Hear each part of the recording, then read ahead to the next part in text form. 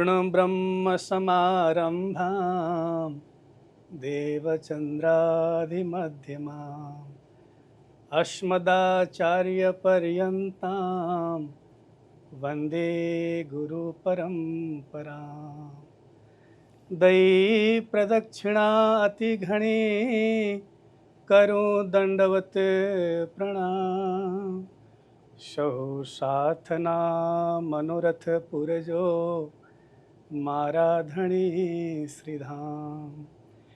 मनना मनोरथ पूर्ण की धा मारा अनेक बार। वारणे जाए श्री इंद्रावती मारा आत्मना आधार। मारा आत्मना आधार। प्रिय भक्ति मार्ग के साधकों, आत्म संबंधी सुंदर साथ जी, प्रेम प्रणाम। प्रणामी टीवी में आप सबका स्वागत है। श्री कृष्ण प्रणामी धर्म के वर्तमान धर्माचार्य अनंत श्री विभूषित जगत गुरु आचार्य श्री कृष्णमणि जी महाराज के पावन चरण में प्रणाम करते हुए आज का पॉडकास्ट प्रारंभ करते हैं। आप सुन रहे हैं युवा चेतना संवाद, एक ऐसा पॉडकास्ट जो जीवन के गहरे प्रश्न को उठाता है और समाधान तलाशता है आध्यात्मिक दृष्टिकोण से। निजानंद आचार्य सद्गुरु श्री देवसर जी महाराज के प्रमुख एवं अद्वितीय शिष्य, श्री कृष्ण प्रणामी धर्म निजानंद संप्रदाय के प्रवर्धक तथा द्वितीय आचार्य, सनातन धर्म के महान रक्षक एवं वैश्विक चेतना जागरण के अग्रदूत महामति श्री प्राणनाथ जी के 407वां प्राकट्य उत्सव इसी महीने सितंबर 19, 20 और 21 को श्री 5 नौतनपुरी धाम जामनगर में भव्यता के साथ मनाया जा रहा है। इस अवसर पर आज हम एक महत्वपूर्ण पॉडकास्ट के माध्यम से जुड़ रहे हैं। श्री कृष्ण प्रणामी धर्म के वर्तमान धर्माचार्य पूज्य महाराज श्री, जिनका मार्गदर्शन लाखों लोगों के जीवन को एक दिशा देता है, उनसे विविध विषयों पर मार्गदर्शन प्राप्त करेंगे। आज का विषय है अध्यात्म, विज्ञान और युवा। कहा जाता है युवा वह बीज है, युवा वह बीज है जिनमें विज्ञान की सोच और अध्यात्म की चेतना एक साथ अंकुरित होती है। प्रिय सुंदर साथ जी, आज हम जिस पॉडकास्ट में जुड़े हुए हैं, आइए प्रारंभ करते हैं। अत्यंत महत्वपूर्ण सब्जेक्ट पर हम एक संवाद में आगे बढ़ेंगे। पूज्य महाराज श्री को प्रणाम करते हुए प्रारंभ करते हैं। महाराज श्री प्रेम प्रणाम। प्रणाम। महाराज श्री, सामान्यतया विज्ञान और अध्यात्म को दो विपरीत ध्रुव माना जाता है। क्या ये वास्तव में विरोधी हैं या एक दूसरे के परिपूरक हैं? बड़ा ही अच्छा प्रश्न आपने पूछा। आज पश्चिमी सोच के कारण इस प्रकार के विचार हमारे युवाओं में, हमारे चिंतकों में भी आने लगे। मैं तो कई विद्वानों को सुनता हूँ तो उनकी भी सोच इसी प्रकार की है। तो मैं थोड़ा सा इस संदर्भ में स्पष्ट कर दूं। जैसे भारत में अथवा इस क्षेत्र में, नेपाल हो, भारत हो, आसपास के दूसरे पड़ोसी देश हो, वहाँ कभी कभी न बिना मौसम के बारिश होती है। तो उसको मौसम विज्ञान में कहते हैं वेस्टर्न डिस्टर्ब। ये पश्चिमी हवा का प्रकोप। तो पूरे विश्व में ये पश्चिमी हवा ने सोच और विचार सब में बाधाएं पहुंचाई। तो इसके हिसाब से लोगों को विज्ञान क्या है इस विषय में ख्याल नहीं। आज जिसको लोग विज्ञान समझते हैं वो विज्ञान का एक छोटा सा अंग है, ठीक है। वो विशेष ज्ञान, इसको विज्ञान कहा जाता है। विज्ञान का अर्थ विशेष ज्ञान। जो भौतिक पदार्थों के संबंध का विशेष ज्ञान है उसको ही लोगों ने विज्ञान मान लिया। वास्तव में विज्ञान का अर्थ विशेष ज्ञान, वो किसी भी विषय में हो, भौतिक संदर्भ में हो, आध्यात्मिक हो, पर्यावरण, ये भी भौतिक ही होता है, लेकिन फिर भी भौतिक हो या आध्यात्मिक हो, इसके साथ में एक और विशेष ज्ञान की आवश्यकता होती है कि जिससे पूर्ण ब्रह्म परमात्मा को जाना जा सकता है, पहचाना जा सकता है और अनुभव किया जा सकता है। उसको शास्त्रों ने ब्रह्म विज्ञान कहा है। तो ब्रह्म संबंधी विशेष ज्ञान तो ब्रह्म ज्ञान, ब्रह्म विज्ञान। तो अध्यात्म और विज्ञान अलग अलग तो हुए ही नहीं ना, विशेष ज्ञान है वो विज्ञान। आज जिसको विज्ञान बोलते हैं वो मात्र भौतिक ज्ञान है, पदार्थों का ज्ञान है, वो उसको वो लोग विज्ञान मानते हैं। तो पदार्थों के ज्ञान में तो आत्मा छूट जाती है, चेतना छूट जाती है। तो इसलिए इन दोनों को विरोधी मान लेते हैं। यथार्थ में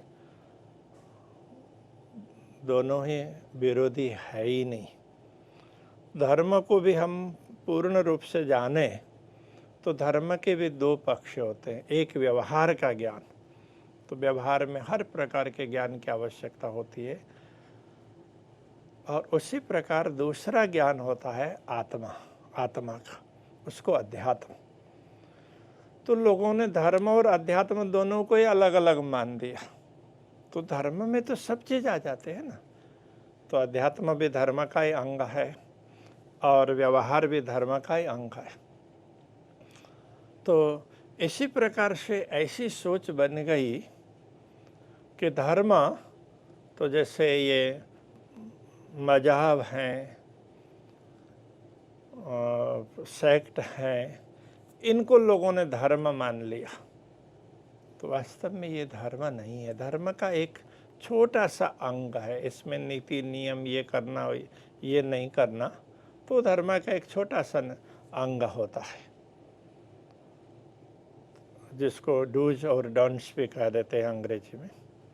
तो उतने ही नियमों को मान लिया तो हमारे में ये आता है, ये नहीं आता है।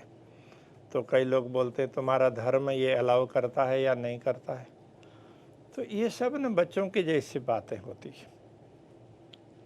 तो धर्म तो हर कोई भी लोक कल्याण का कार्य हो, किसी भी प्रकार का कार्य हो, उससे यदि लोगों का कल्याण होता होगा तो वो धर्म है। तो ये विज्ञान और अध्यात्म, तो विशेष प्रकार का ज्ञान विज्ञान जो आत्म संबंधी विज्ञान होगा, विशेष ज्ञान होगा, तो अध्यात्म विज्ञान होगा। तो ब्रह्म संबंधी विशेष ज्ञान होगा तो वो ब्रह्म विज्ञान होगा, और पदार्थों के संदर्भ में विशेष ज्ञान होगा तो वो पदार्थ विज्ञान होगा। वैसे मुझे जहाँ तक लगता है इस प्रकार से समझना चाहिए। ऐसा समझते हैं तो अध्यात्म भी विज्ञान है। तो विज्ञान के विशेष अलग अलग विभाग हैं, तो उसमें से अध्यात्म तो एक विभाग है। तो धर्म के जो विशेष अलग अलग प्रकार के विभाग हैं उसमें से एक अध्यात्म है। तो इस प्रकार से सोचेंगे तो सोच वो थोड़ी सी विराट होगी और हम समग्र रूप से सोच पाएंगे और समझ पाएंगे। तो अभी के हिसाब से जो लोग जैसे अभी युवा समझते हैं, तो आप युवा के संदर्भ में विचार कर रहे हैं, तो उनको यही कहा जा सकता है दोनों एक दूसरे के पूरक हैं। यथार्थ में दो अलग अलग है ही नहीं। विज्ञान पदार्थ की गहराई में जाता है और अध्यात्म आत्मा की गहराई में। तो क्या दोनों का अंतिम लक्ष्य सत्य की खोज नहीं है, एक ही लक्ष्य दोनों का? हाँ, पदार्थ विज्ञान अथवा भौतिक विज्ञान, इस पर भी जो लोग चिंतन करते हैं, जिन्होंने चिंतन किया, यथार्थ में जो वैज्ञानिक हुए हैं वो तो वो सत्य की खोज के संदर्भ में ही विचार करते हैं।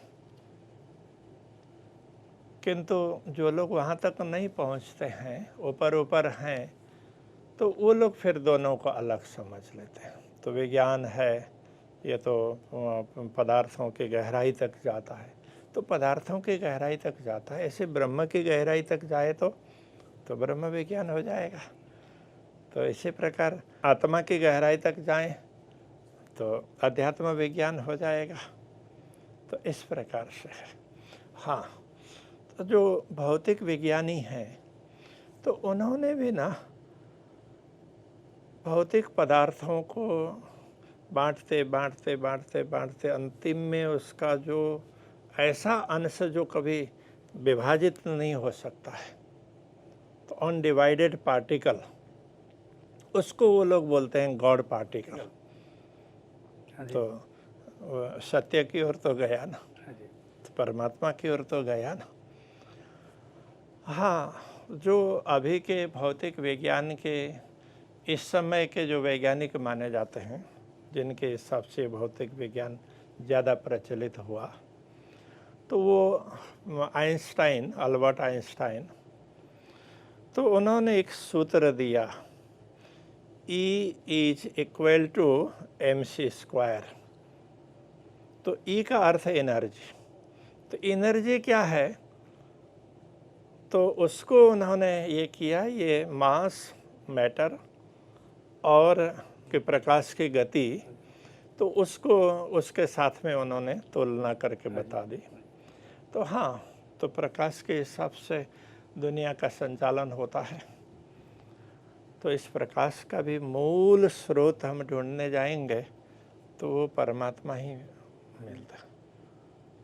तो इसी प्रकार एनर्जी को जैसे पदार्थ विज्ञान में,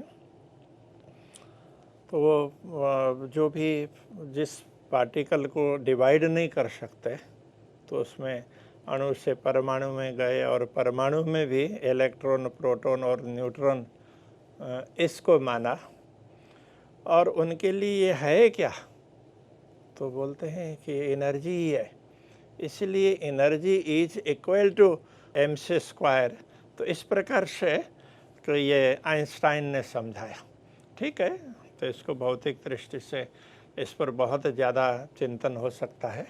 वैसे मैं भौतिक विज्ञान का विद्यार्थी नहीं हूँ, इसलिए मुझे इस विषय में जिस प्रकार से लोगों का ज्ञान होगा उस प्रकार का ज्ञान तो नहीं होगा, किंतु ओवरऑल जो बेसिक वस्तु है तो वो क्या है इस संदर्भ में मैं बता सकता हूँ।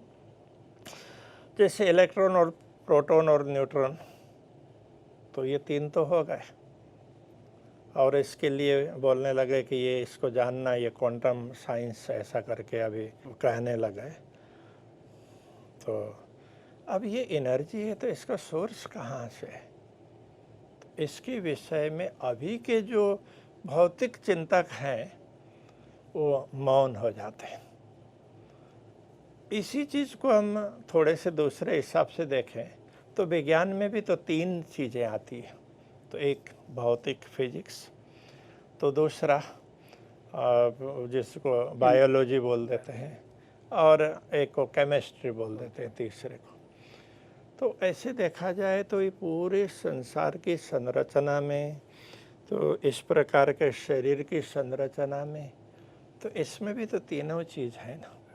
तो वैसे तो बायोलॉजी में क्या है, आत्मा के विषय में तो बात नहीं होती है ज़्यादातर, तो शरीर के एक एक सेल्स हैं, तो एक एक कोष हैं, तो वो कोष में चेतना है, और वहाँ पर वो कोष इकट्ठे हो जाते हैं तो वहाँ अलग अलग प्रकार के बैक्टीरिया वगैरह भी रह जाते हैं। तो इनके संदर्भ में वो चिंतन करते हैं, तो उसको बायोलॉजी बोल देते हैं। ये जीव विज्ञान तो हो गया, तो इसमें मूल जीव भी तो है। तो जिस मूल जीव के आधार पर ये सारा शरीर टिका हुआ है और उसके अंदर अलग अलग बैक्टीरिया जीवित हैं, अलग अलग वायरस जीवित हैं, तो इस शरीर में भी कितने प्रकार के वायरस और कितने प्रकार के बैक्टीरिया इसके अलग अलग अंगों में मिलते ही हैं। तो इन सब का मूल आधार तो एक जीव है, चेतना है। उसके संदर्भ में ये जीव विज्ञान तो बहुत ज़्यादा विचार नहीं करता है, तो मूल रूप से वो चेतना है। तो उस चेतना को देखेंगे तो उसमें भी 3 ही गुण मिलते हैं, सत, चिद और आनंद। अब ये सत्य क्या है, चिद क्या है, आनंद क्या है, तो ये भी दिखते तो नहीं है, तो उसको भी हम एनर्जी मान लें। तो ये जो इलेक्ट्रॉन, प्रोटॉन और न्यूट्रॉन है, ये एनर्जी है। तो इनका मूल स्रोत तो ये सत्य, चिद और आनंद कह सकते हैं ना। तो यही सच्चिद आनंद का जो समष्टि रूप है वो पूर्ण ब्रह्म परमात्मा, तो सूक्ष्म से सूक्ष्म भी है और महान से महान भी है। अणुरणीयान महतो महीयान, इस प्रकार से हमारे शास्त्र कहते हैं। तो सूक्ष्म से सूक्ष्म, तो उनको समझना हो तो उनका स्वरूप कैसा है, तो देखने के लिए कोशिश करेंगे तो इन आँखों से नहीं दिखता, क्योंकि ये आँखें इस शरीर के लिए बनाई गई है, तो इस दुनिया के हिसाब से बनाई गई। तो दुनिया 3 डायमेंशन में चलती है, तो 3 डायमेंशन को देखने के लिए आँखें, तो इनसे परमात्मा के दर्शन नहीं हो सकते हैं। तो परमात्मा कौन से डायमेंशन में है उसको तो हम फिक्स्ड भी नहीं कर सकते। तो अभी जो भी गणना करते करते करते मैंने कहीं सुना था, तो वो 10 डायमेंशन तक की बात कर रहे हैं, वो अलग अलग लोक की बात कर रहे हैं। तो हो सकता है परमात्मा तो उससे भी विशिष्ट है, तो वो बाद में भविष्य में लोग समझ लें। तो परमात्मा उनसे भी विशिष्ट है। वो चाहेंगे तो अपना स्वरूप प्रकट कर देते हैं, और कोई भी भक्त होता है, साधक होता है, जिसके अंतःकरण में शुद्धता होती है, तो जो आत्म भाव में अवस्थित होता है, तो वो देख पाता है। देखने के लिए तो आत्मा ही देखती है, तो आत्मा ही दर्शन कर पाती है, बाकी तो ये सब साधन है ना। तो वैसे भी देखा जाए कि ये शरीर में हम बोलते हैं आँख देख रही है, कभी कभी आँख खुली होती है तो भी वहाँ से उसके आगे से कोई भी व्यक्ति गया आया उसको पता ही नहीं होता है। तो फिर बोलेंगे कि ओहो, तो उसका तो मन कहीं था, इसलिए वो नहीं देख पाया। तो इसका अर्थ ये हो गया, तो ये आँख ही नहीं देखती है, तो मन देखता है, तो मन की आँखें देखती है। तो मन कहेंगे तो मन, बुद्धि, चित्त, अहंकार, ये सब अंतःकरण की भिन्न भिन्न वृत्तियाँ हैं, तो उनको एक ही रूप में लेते हैं। तो अंतःकरण की वृत्ति है तो वो देखती है, वो भी तो एक साधन है। तो अंतःकरण की वृत्ति में भी शक्ति कहाँ से आती है, तो वो चेतना से, आत्मा से ही आती है। इसलिए देखने वाली तो आत्मा ही है। आत्मा के होने से ही ये शरीर काम करता है। जैसे आत्मा शरीर को छोड़ देती है तो उसमें शरीर के कोई भी अंग हो, जो बाहर के अंग हैं और अंदर के अंग जो दिखते नहीं हैं, तो वो मन, बुद्धि, चित्त, अहंकार, ये अंतःकरण, तो ये भी काम नहीं करेंगे। तो ऐसा है, तो मूल रूप से वो चेतना आत्मा, तो उसको जानना आवश्यक है। और ये आत्मा मूल रूप से परम चैतन्य पूर्ण ब्रह्म परमात्मा के साथ जुड़ी है। आत्मा को अब अलग अलग भाषाओं में अलग अलग उसमें लिंग में प्रयोग किया है। हिंदी में उसको स्त्रीलिंग में प्रयोग करते हैं, तो गुजराती में पुल्लिंग में प्रयोग करते हैं, संस्कृत में पुल्लिंग में प्रयोग करते हैं। तो इस प्रकार से है। इसलिए आत्मा विशेष बात होती है। और आत्मा को प्राचीन समय में तो पूर्ण ब्रह्म परमात्मा को भी आत्मा ही कहा जाता था। बाद में जाकर के लोगों ने शरीर को आत्मा मानना शुरू किया, इंद्रियों को आत्मा मानना शुरू किया, और अंतःकरण भी वो भीतर की इंद्रियां होती है, ये साधन है। जैसे बाहर की इंद्रियां हैं दुनिया से सुख प्राप्त करने की साधन है, और इसी प्रकार से जो कर्मेंद्रियां हैं दुनिया में काम करने के लिए माध्यम है, तो उपकरण है, इसलिए इनको एक साधन माना। तो इसलिए ये इनको इंद्रियां माना। इंद्रियां साधन ही होती है। और भीतर की इंद्रियां हैं मन, बुद्धि, चित्त और अहंकार, ये तो उसकी वृत्तियां हैं, मूल रूप से सत्व कहते हैं। तो वो आत्मा की अनुभूति के लिए होता है, इसलिए मन से चिंतन करना चाहिए, ऐसा कहा। तो मन से चिंतन करेंगे लेकिन मन भी प्राप्त नहीं कर पाता है, तो परमात्मा का चिंतन मन से करना चाहिए, किंतु मन भी परमात्मा को पा नहीं सकता। यन मनसा न मनुते, ऐसा हमारे शास्त्र कहते हैं, वेदों में कहा है। मनसा एव अनुद्रष्टव्य, मन से ही देखना चाहिए, ऐसा भी कहा है। तो मन लगाना चाहिए, तो उस दिशा की ओर आगे बढ़ने के लिए ये सब साधन है, किंतु अनुभव आत्मा कर सकती है। इसलिए यन मनसा न मनुते, जिस परमात्मा को जानना है, अनुभव करना है, तो मन भी उसके लिए सक्षम नहीं है। तो देखने का काम है वो आत्मा ही देख सकती है। तो जिसको ये ख्याल आ गया, ये अनुभव में आ गया कि मैं स्वयं आत्मा हूँ, तो वो परमात्मा को देख सकते हैं। तो जिन साधकों ने इस प्रकार से अपनी साधना आगे बढ़ाई और जिन्होंने स्वयं का अनुभव किया, तो उनको परमात्मा के दर्शन हुए हैं। श्री कृष्ण प्रणामी परंपरा में बात करते हैं, तो इस परंपरा के मूल पुरुष निजानंदाचार्य सदगुरु श्री देवचंद्र जी महाराज, तो उनको प्रत्यक्ष दर्शन हुए थे। तो ऐसे दर्शन बहुत कम लोगों को होते हैं।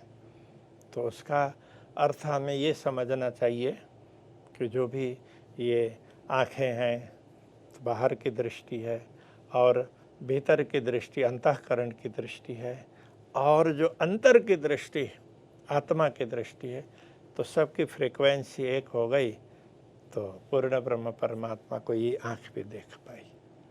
बाकी ये फ्रीक्वेंसी मैचिंग नहीं हो पाती है, इसलिए दर्शन नहीं होते। तो इसलिए अध्यात्म तो इतना विशाल है, उसको यदि हम ढंग से जानते हैं तो वो उसको भी अध्यात्म विज्ञान ही कहा जाता है।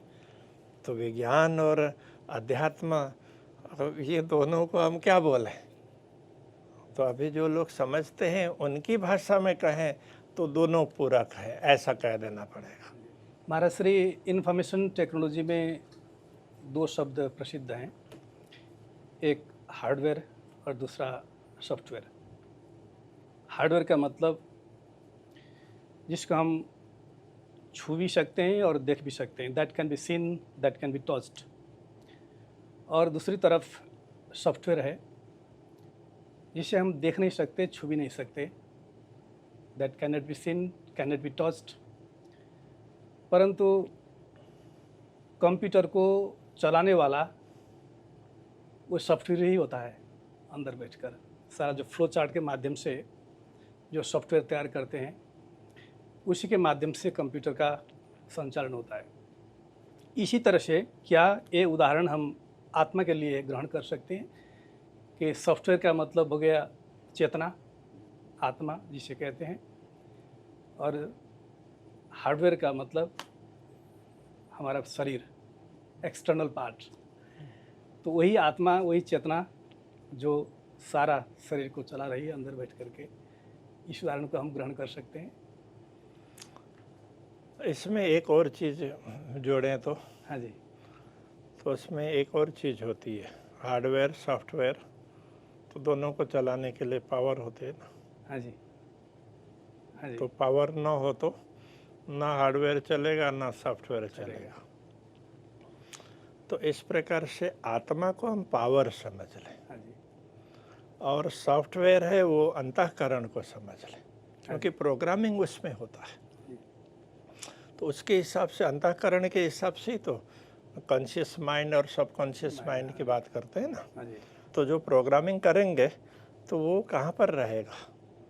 तो वो सबकॉन्शियस माइंड में रहेगा। और जैसे मेमोरी भी फ्लैश मेमोरी और स्थायी मेमोरी होती है। हाँ जी। कॉन्शियस माइंड है तो वो वर्किंग के लिए होगा, वर्किंग माइंड होगा। लेकिन प्रोग्रामिंग जहाँ होती है तो उसको सब कॉन्शियस माइंड आज मानते हैं।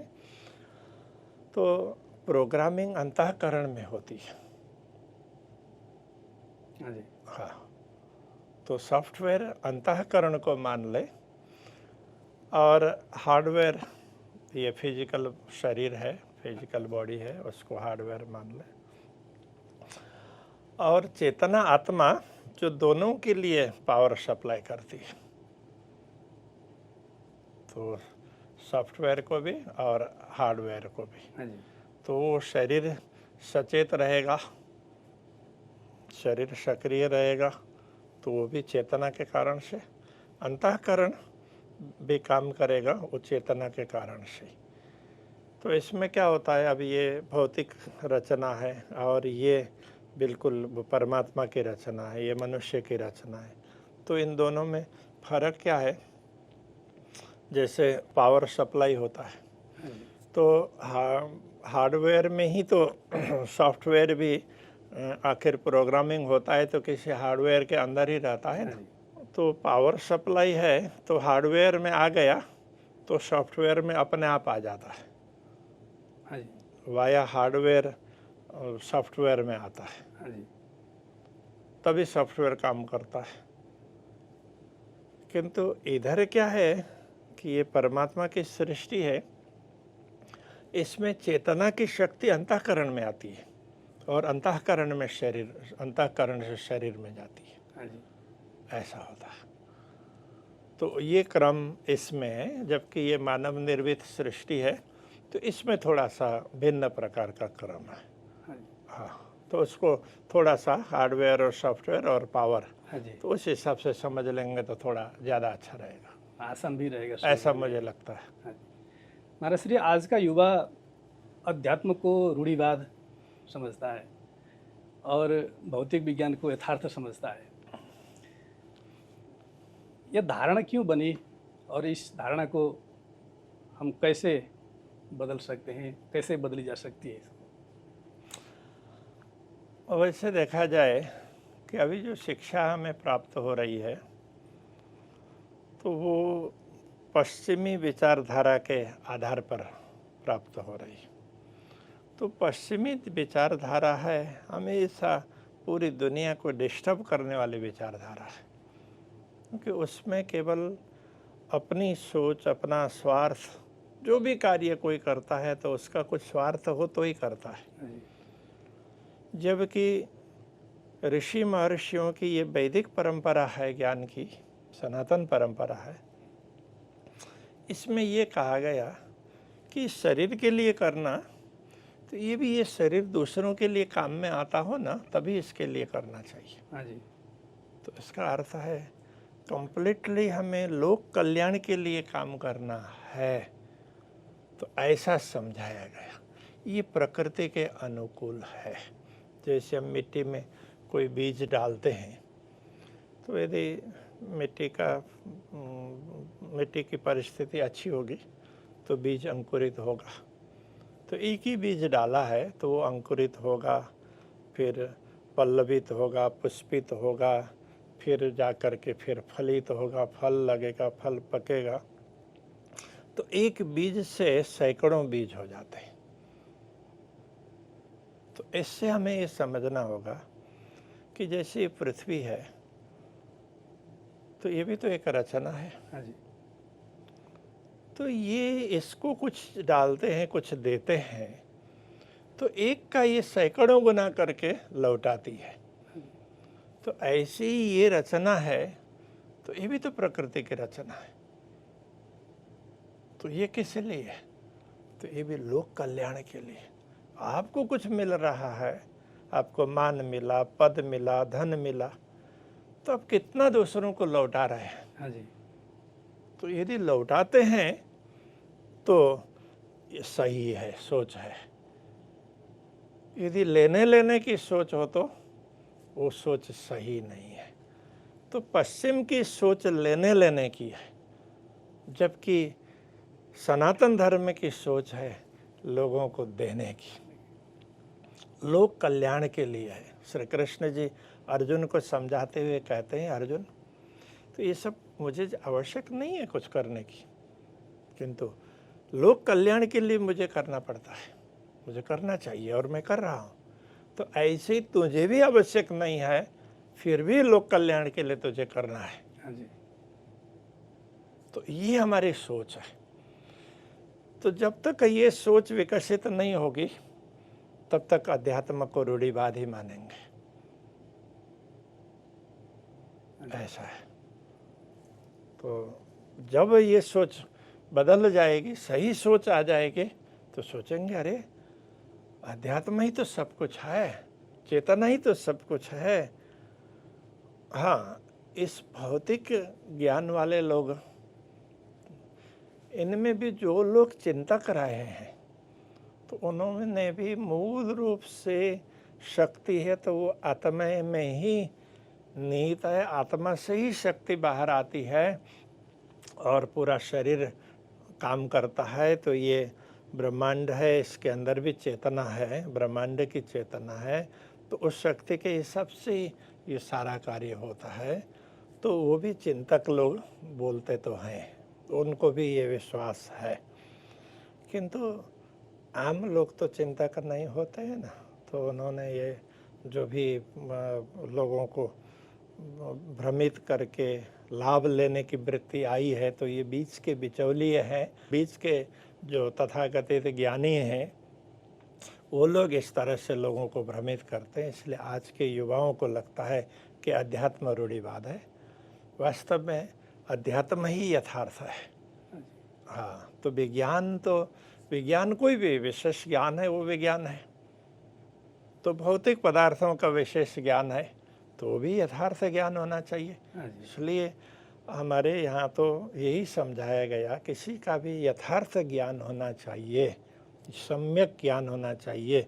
तो सम्यक का अर्थ भी यथार्थ है, समग्र रूप से ज्ञान होना चाहिए। एक पक्ष से, एक अंग से, एक एंगल से देखते हैं तो पूरा ख्याल नहीं आता है। जैसे कोई बीच में, ज़मीन के बीच में चारों तरफ खेत है और वहाँ मकान बना है, तो उसको आगे से देखेंगे तो अलग दृश्य दिखेंगे, पीछे से देखेंगे अलग, तो दूसरी दिशाओं से देखते हैं तो दाएं बाएं से, और कोनों से देखते हैं तो अलग अलग होगा, ऊपर से देखेंगे तो अलग होगा।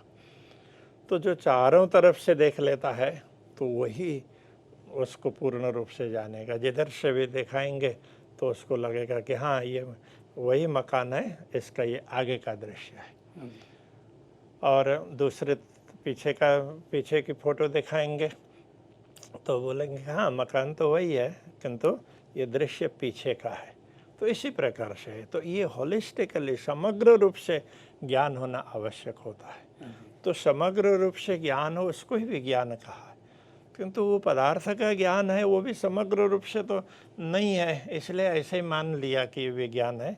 तो इस तरह से ये रूढ़िवाद और यथार्थ, इस तरह की वो बाह्य उसको क्या बोलेंगे, वो भ्रांति इसमें पड़े हुए है। यथार्थ में वास्तविक वस्तु को समझ लेंगे तो उनको ऐसा कुछ होता ही नहीं है। तो अभी के युवाओं को वो पश्चिमी ज्ञान है, जिन लोगों ने इस प्रकार का ज्ञानी को ही ज्ञान मान लिया है और कैसे लोगों का शोषण करना है और अपने सुख सुविधा भोगनी है, तो भोग को ही उन्होंने सर्वस्व मान लिया है। उनके हिसाब से हमारी सोच बनेगी तो ऐसी ही सोच बनेगी। उस सोच में अध्यात्म रूढ़िवाद है। तो सोच में तो वो विज्ञान तक पहुंचते भी नहीं, भौतिक विज्ञान तक भी नहीं पहुंचते। तो इसके हिसाब से आज अंधाधुंध चल रहा है, तो दुनिया में अशांति है, इसी सोच के आधार से। तो यदि समझेंगे तो ये सोच हट जाएगी, कोई भेद नहीं रहेगा, बिल्कुल नहीं रहेगा। महाराज श्री, ये विज्ञान ये तर्क पर आधारित है, जबकि आत्मा अनुभूति पर है। क्या अनुभव को बिना तर्क के मानना बुद्धिमानी है? कैसे समझे इसको? जी देखिए, हमारे शास्त्रों में उपनिषद ऐसा कहा है, तारतम्य ये समझाया। तो उसका अर्थ ये है कि जो विशेष प्रकार का ज्ञान, विशेष प्रकार का चिंतन, जो आगे पीछे सब प्रकार से उसकी तुलना करके, जिसको दूसरे शब्दों में कहें तो जैसे हाथ में एक आंवला रख लें तो उसको हम ना वो घुमा घुमा करके देख सकते हैं। तो इसी प्रकार से किसी भी विषय को इस प्रकार से जानना तो उसको बोलते हैं हस्तामलकवत, हाथ में रखे हुए आंवले की भांति।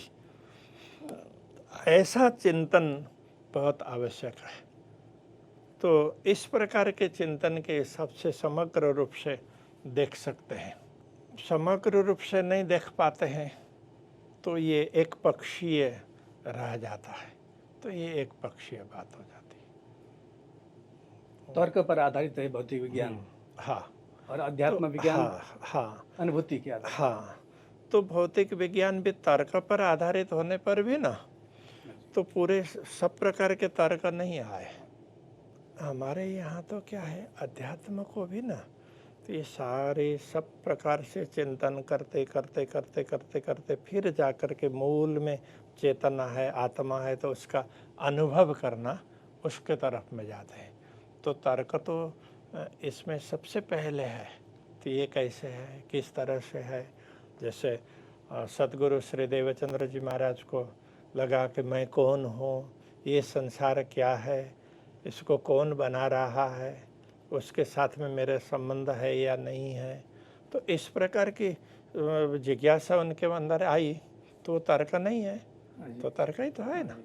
तो अध्यात्म का भी अनुभव तर्क से ही आरंभ होकर के जाता है। इस तरह से है। तो उसमें तो क्या था, जो बातें जिसको बोलते हैं ना, तो अध्यात्म वो अनुभूति पर है और विज्ञान तर्क पर है।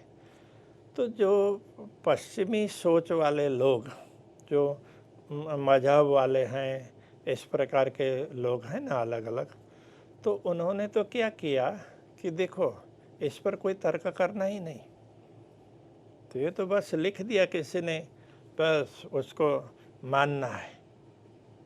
तो इस तरह से वो लोग थोपने का प्रयत्न करते हैं।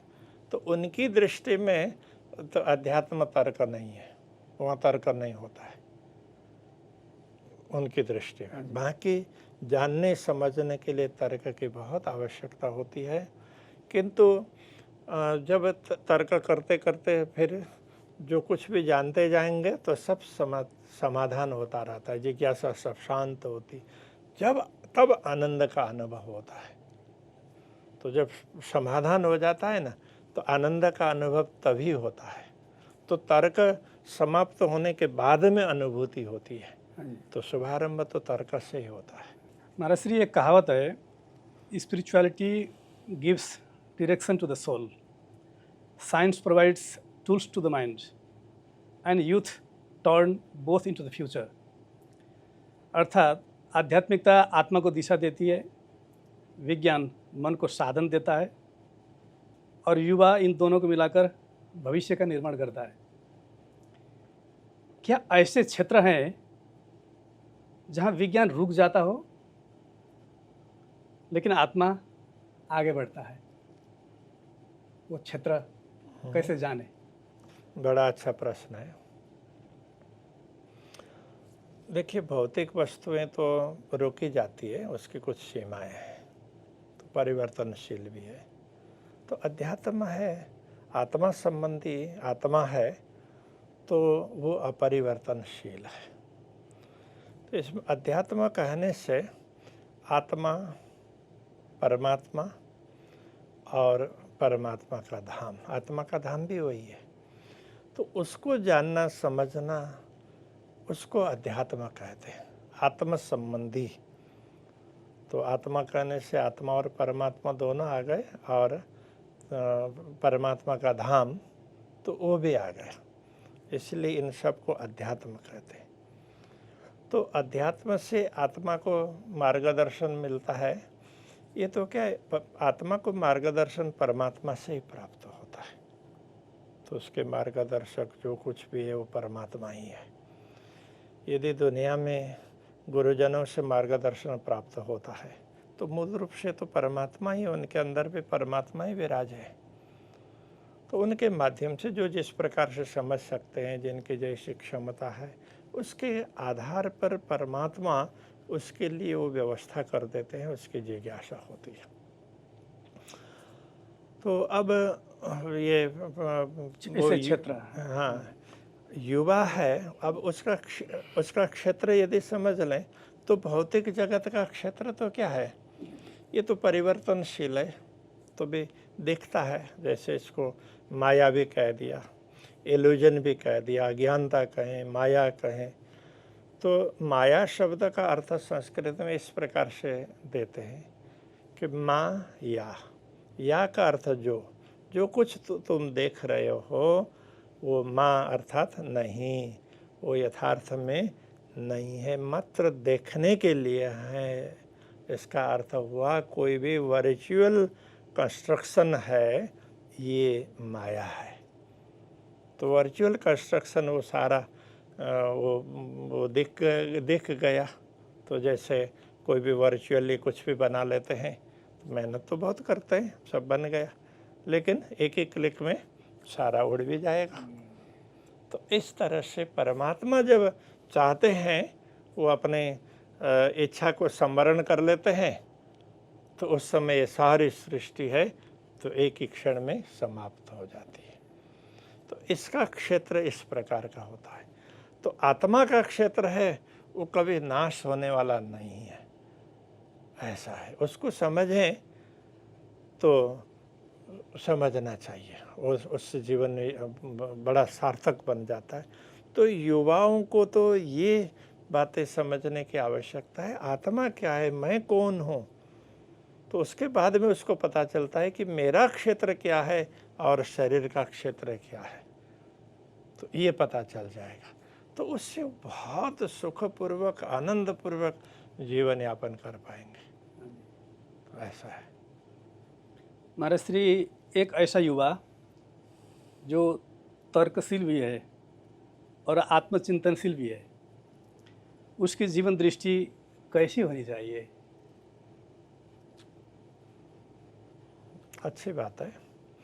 देखिए, वो चिंतनशील होगा ना तो उसकी दृष्टि सम्यक होने लग जाएगी, अच्छी दृष्टि, यथार्थ होने लग जाएगी। सच्चाई क्या है वो समझ पाएगा।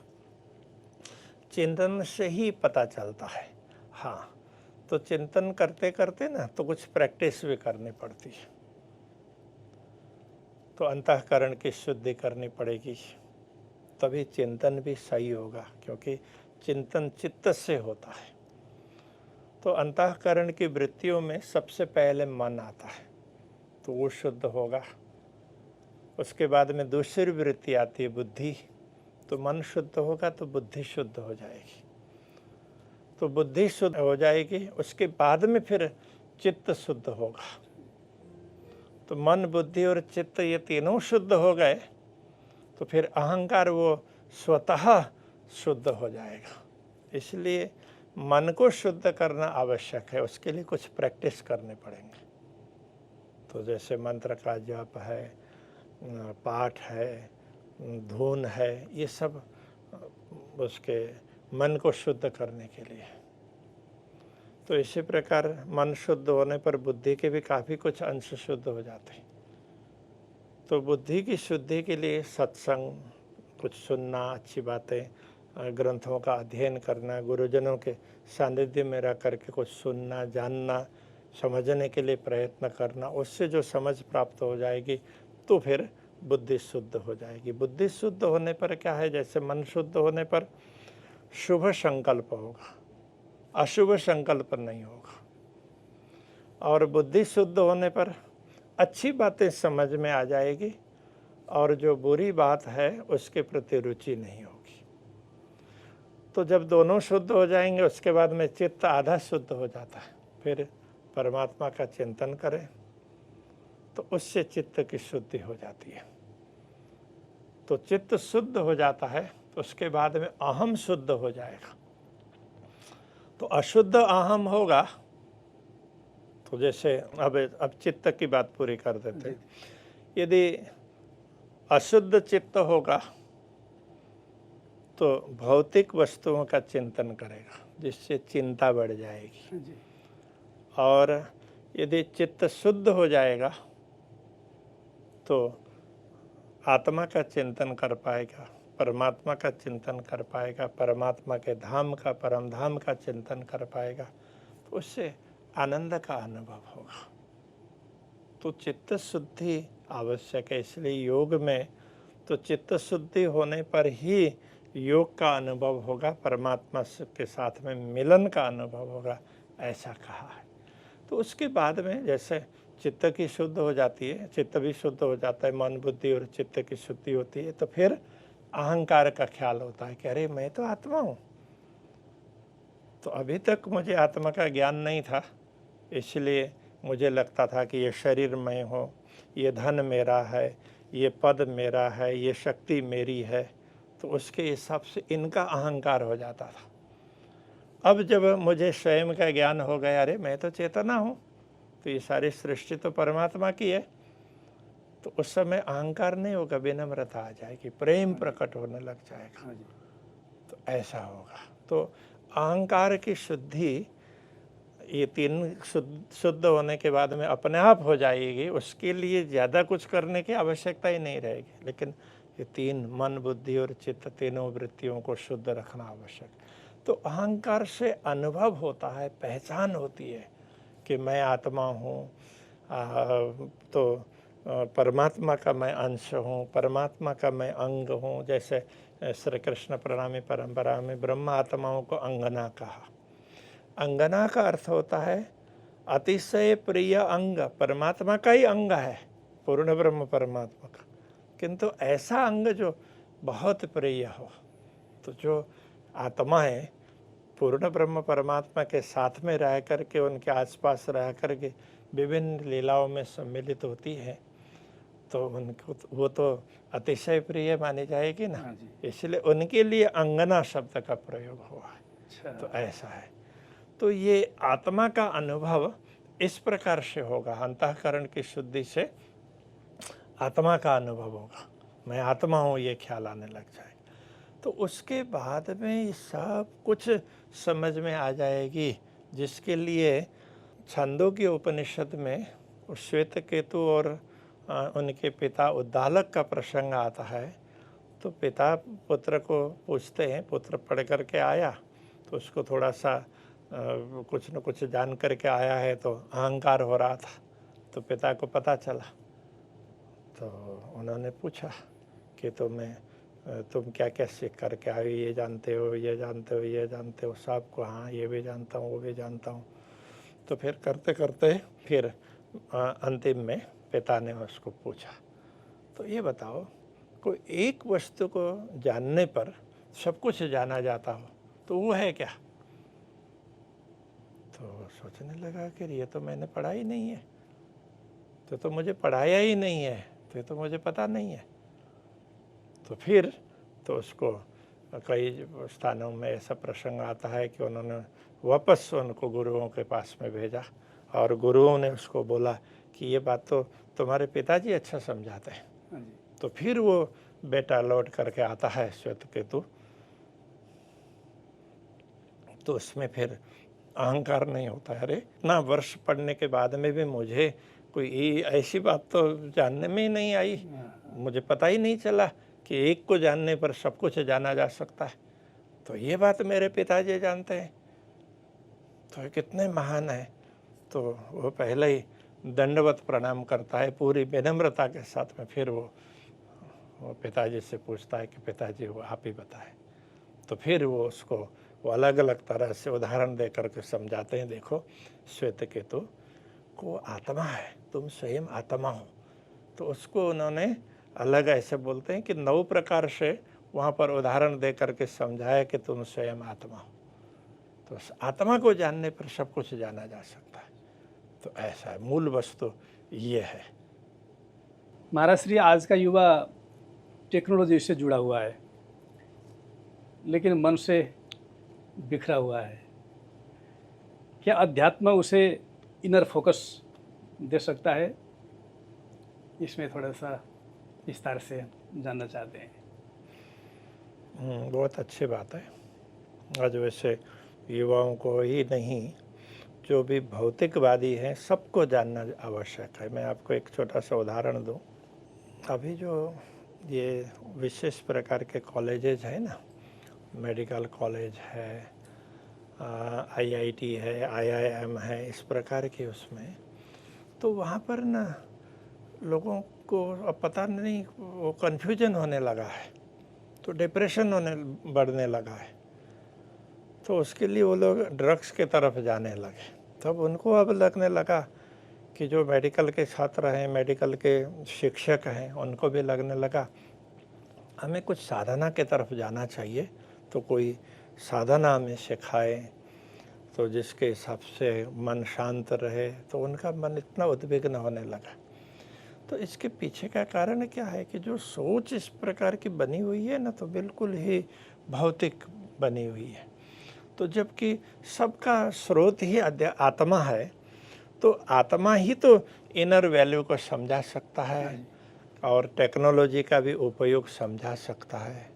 तो जैसे अभी देखिए, टेक्नोलॉजी क्या है कि ये बुद्धि का एक विलास है। तो बुद्धि के माध्यम से, बुद्धि का उपयोग करके टेक्नोलॉजी को विकसित किया, अलग अलग तरीके ढूंढ लिए। तो बुद्धि बड़ी तीक्ष्ण होती है, तो कुशाग्र बुद्धि भी बोलते हैं ना, बड़ी शार्प होती है। तो एक बहुत धारदार चक्कू हो ना, तो उस तरह से, तो धारदार चक्कू है, तो यदि चक्कू का उपयोग सदुपयोग करना है तो बड़ा काम का है। और थोड़ा सा ध्यान नहीं देंगे तो सब्जी सुधारते हुए हाथ भी कट जाएगा। तो इस तरह से तो ये टेक्नोलॉजी है, उसका उपयोग बुद्धि करती है, तो बुद्धि तीक्ष्ण होती है। किंतु बुद्धि का उपयोग कौन करता है? तो जैसे चक्कू को पकड़ने वाला हाथ तो सधा हुआ होना चाहिए ना, तो सधा हुआ हाथ होगा तो बढ़िया पकड़ेगा और अच्छा काम देगा।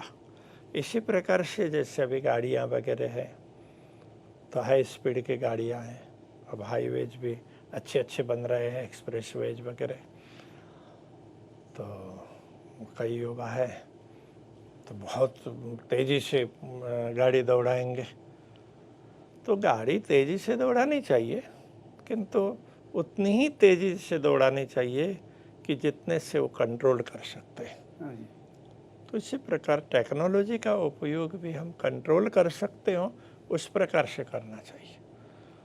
तो केवल टेक्नोलॉजी के उपयोग में चले जाएंगे तो भ्रमित हो जाएंगे, जिसके कारण परिणाम स्वरूप आज हर प्रकार की चिंताएं और क्या उसमें कहें कि जो भी विषम परिस्थितियां उपस्थित हुई है, तो टेक्नोलॉजी का दुरुपयोग करने से।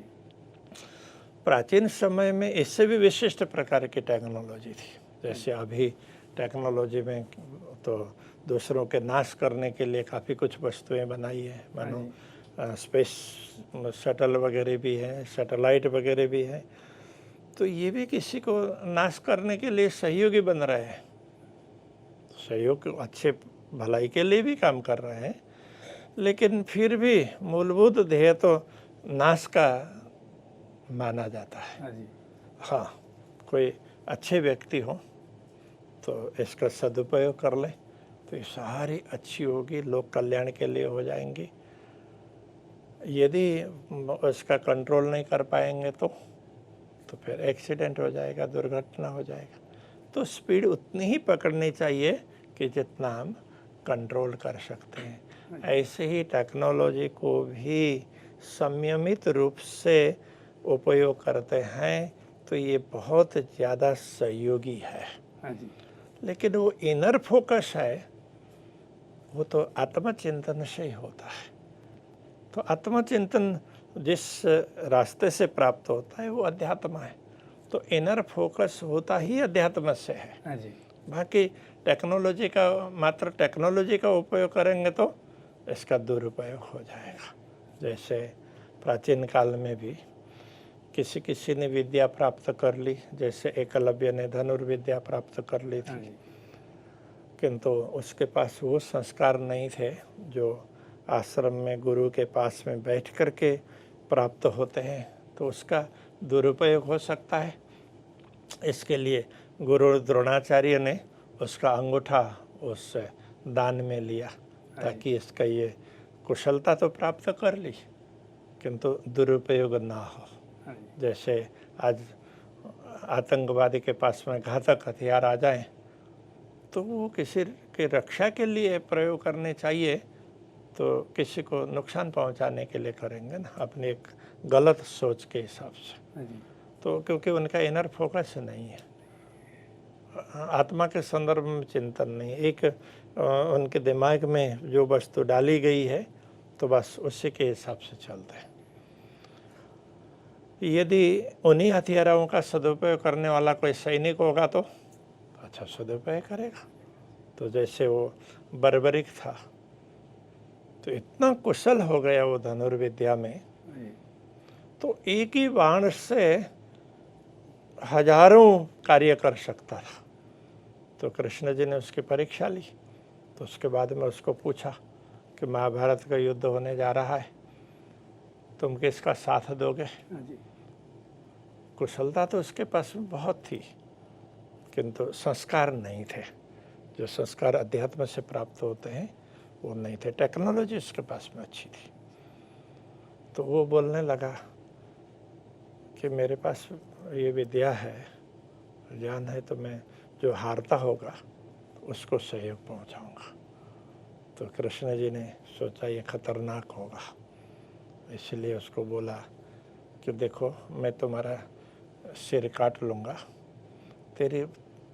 तुम्हारी कोई इच्छा हो तो वो बोल दो। तो उसने बोला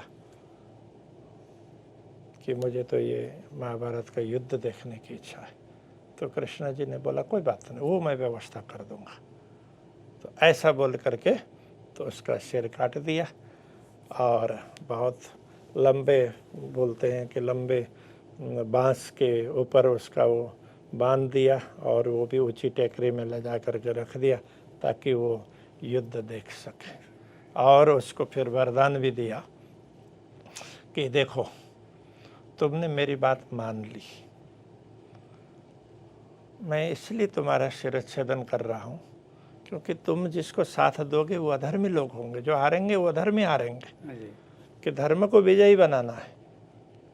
तो तुम्हें तो ये पता नहीं है, तो अभी तो समय भी नहीं है कि तुम्हें ये सारा कुछ समझाया जाए, और तुम तो अपने स्वभाव के हिसाब से उस समय उनका साथ दोगे तो अधर्म हो जाएगा।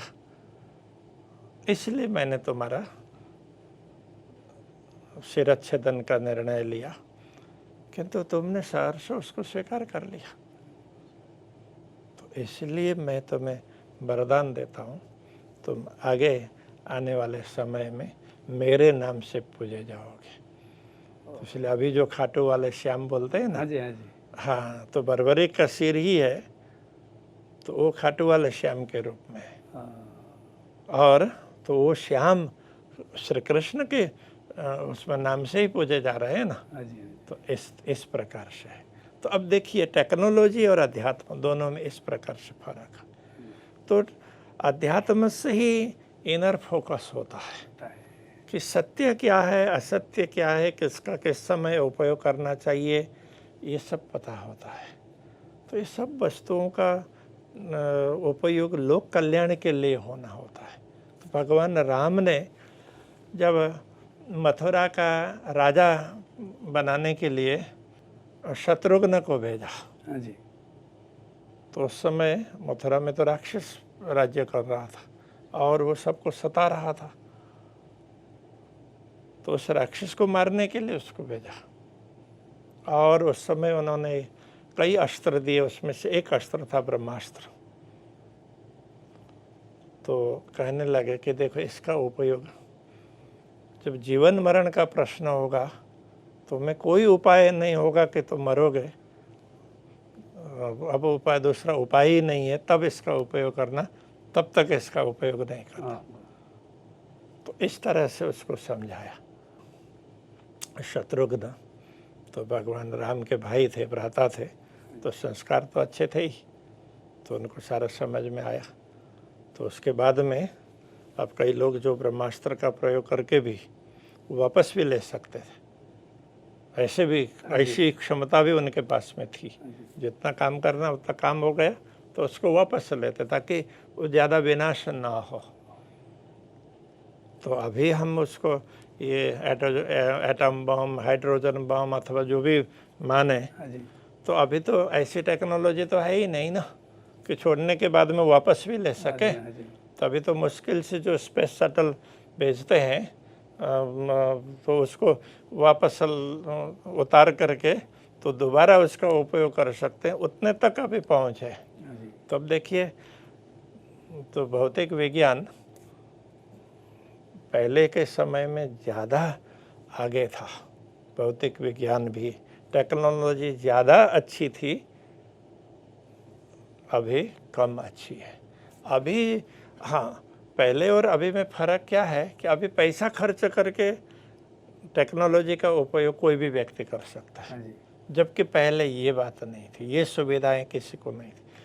योग्यता प्राप्त व्यक्ति हो, अपनी योग्यता, उसको ज्ञान प्राप्त किया, वो ज्ञान रूपी धन का उपयोग करके उस टेक्नोलॉजी का उपयोग कर सकता था। अभी तो हर कोई कर सकता है, तो इससे अनर्थ हो रहा है, पहले अनर्थ नहीं होता था। अध्यात्म के आधार पर भौतिक प्रगति होती थी। हाँ, भौतिक प्रगति थी। हाँ, तो इसी प्रकार से अध्यात्म के आधार पर आज भी भौतिक प्रगति हो तो सब लोग खुश रहेंगे।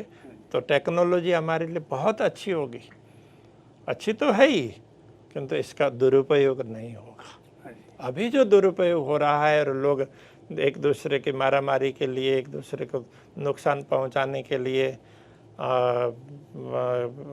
दूसरे के घातक बन करके काम कर रहे हैं, तो ये पहले के समय में नहीं होता था। जिसके पास में टेक्नोलॉजी होती थी उसके पास संस्कार भी होते थे, और कोई योग्य व्यक्ति मिला तो उसको समझा करके हर प्रकार से तैयार करके फिर वो टेक्नोलॉजी ट्रांसफ़र करता था।